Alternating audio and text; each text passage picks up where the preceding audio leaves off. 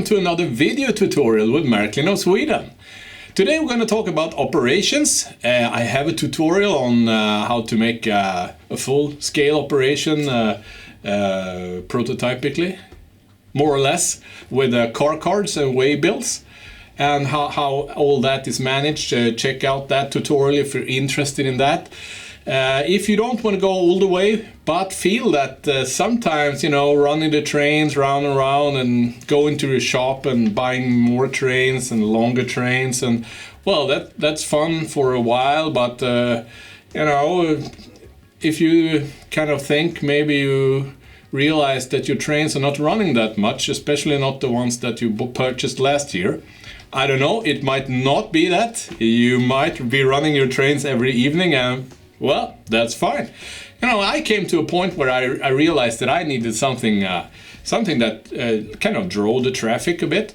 And then I came up with this. Oh no! Oh my god! Work order! This guy is crazy. I thought this was a hobby, not work. But this is really a kind of a good thing. And also a good thing if you have some friends over and they're not really used to model railroading and kind of ask them, yeah, you want to try or run a train? And they kind of embarrassed, say, nah, I don't want to do that. But if you put one of these in their hands, hey, this is a work order, better get to it, man. Then they will definitely try out your model railroad and get caught. Especially if you run with a Schrott's car, So, how do I make these work orders? Well, first of all, it says a kind of type. It can be track cleaning, it can be maintenance, it can be whatever.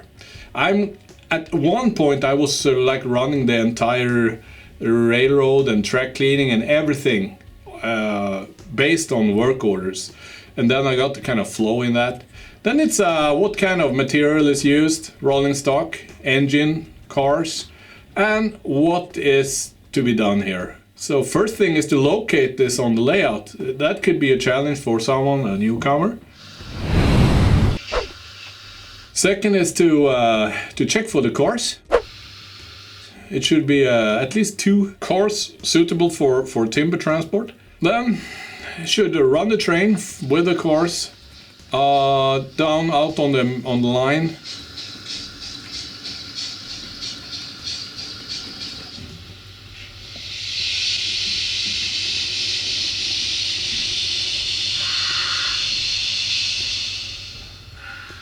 And pick some lumber up at the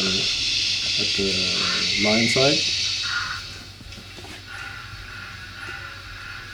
And take that train back and offload at the station and reset the engine and cars to its original position. So, there is a template on the webpage mrrtutorial.com which you can download. It's a Microsoft Word document, and you also need the kind of old typewriter font.